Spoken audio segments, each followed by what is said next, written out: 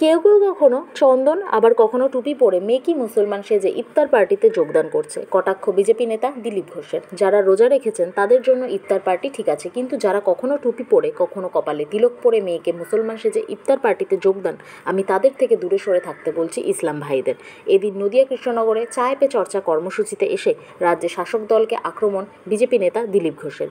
এদিন নদিয়া কৃষ্ণনগর সদর হাসপাতাল মোড় থেকে শুরু হয় চায় পে চর্চা কর্মসূচি।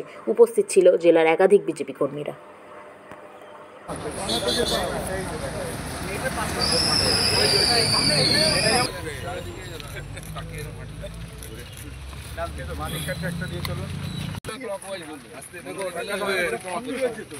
আমি সব জায়গায় কথা বলি, আটটা খাবে সোজা চলো। আসুন, হয়ে গেছে।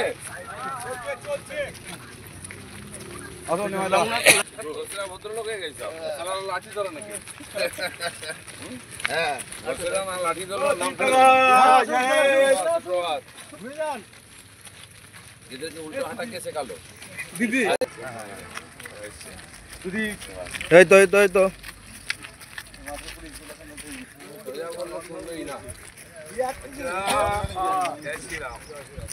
লন্ডনে আমেরিকার ওখানকার বুদ্ধি কাজে লাগাবে। কি করে মর্নিং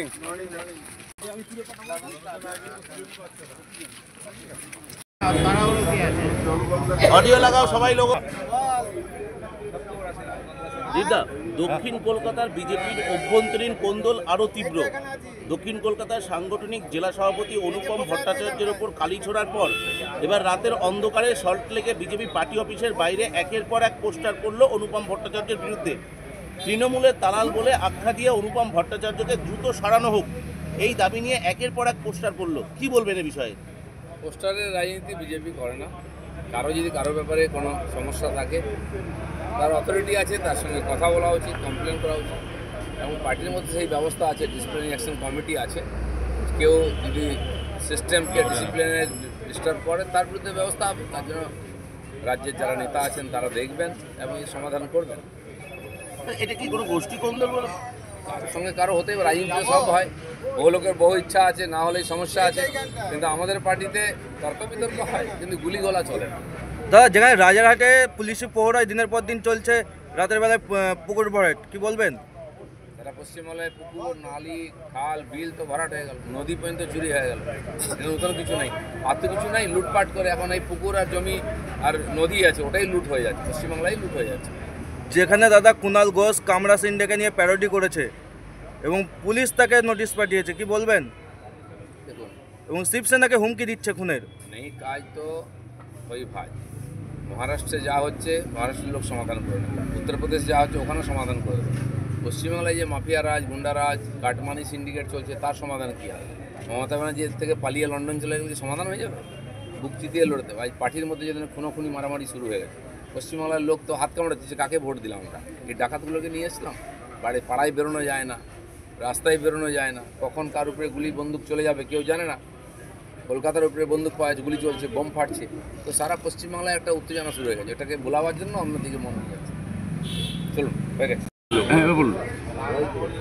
ভারতীয় জনতা পার্টি একটি পার্টি যেখানে সংবিধান মেনে তার সংগঠন চলে। প্রতি 3 বছর অন্তর নতুন নির্বাচন হয়, আর বুথ সভাপতি থেকে রাজ্য এবং সর্বভারতীয় সভাপতি এভাবে নির্বাচিত হন। সেই প্রক্রিয়া চলেছে, জেলা অবধি হয়ে গেছে, প্রদেশ আর কেন্দ্রের হবে।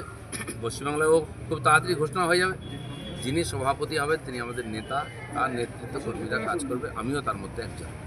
কাকে সভাপতি করবেন এটা কেন্দ্রীয় নেতৃত্ব, তার ব্যবস্থা আছে, সেটা আমরা জানি। আর সংখ্যালঘু সম্প্রদায় দিয়ে পশ্চিমবাংলায় মুসলিম এমএলএ এমপিরা যেভাবে ধমকি দিচ্ছে, নাম করে বলে বিজেপির লোকেদের কনভার্ট করার কথা, নদীতে ফেলে দেওয়ার কথা, তার প্রতিক্রিয়া হবেই স্বাভাবিকভাবে। আমার পার্টির প্রতি কেউ বললে কিছু, আমার পার্টির নেতাই তো তার উত্তর দেবে। জন্য যারা এই ধরনের স্টেটমেন্ট দিতে হচ্ছে, ক্রিয়া প্রতিক্রিয়া হচ্ছে, এটা হবেই। সরকারের দায়িত্ব তার নিজেদের সামলানো, আমরা আমাদের সামনে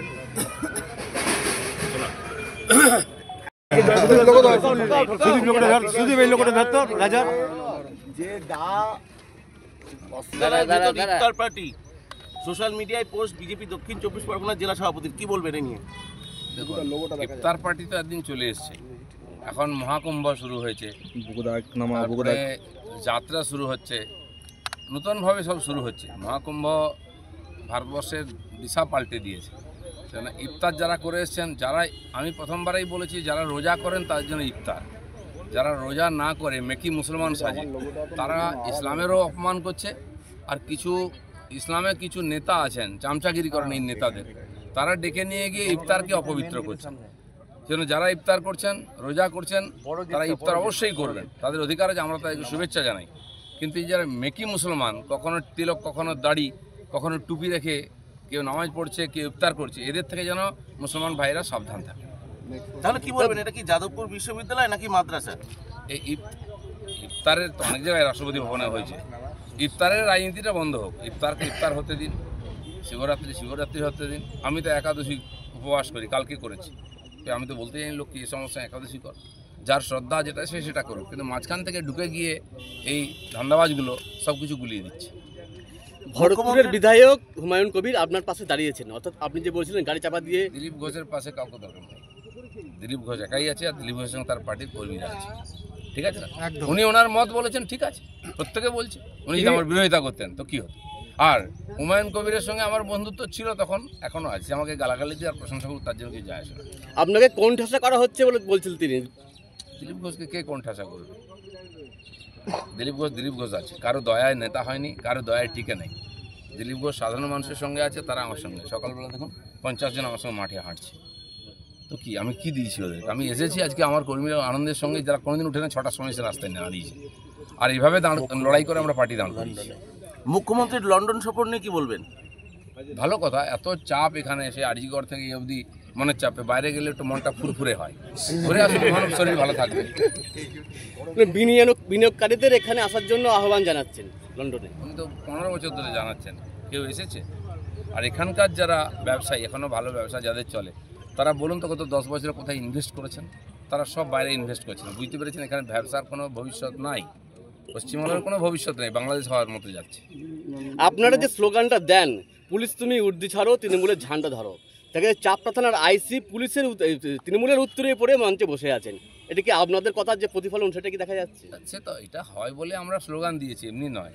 এখন কে কত তাঁবিদারি করতে পারবে, কে কত চামচাগিরি করতে পারবে, চটি চাটতে পারবে, তার প্রতিযোগিতা চলছে। আমি ভাই, কাল পাল্টে গেলে কোথায় যাবে?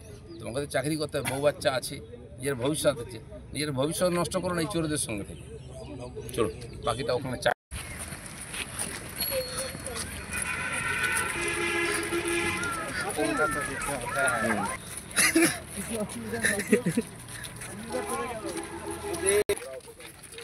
আজকে থেকে শুরু করলাম, বুঝলে? আচ্ছা বেশ।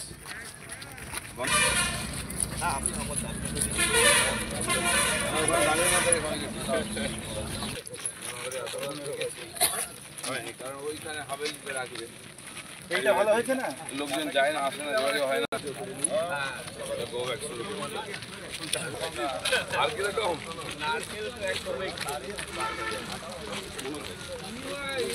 কাশ্যপেয়ম মহাদুতিম ধন্তারিং সর্বপাপর্ণপ্রণতস্মৈ দিবাকরং সূর্য ভগবান।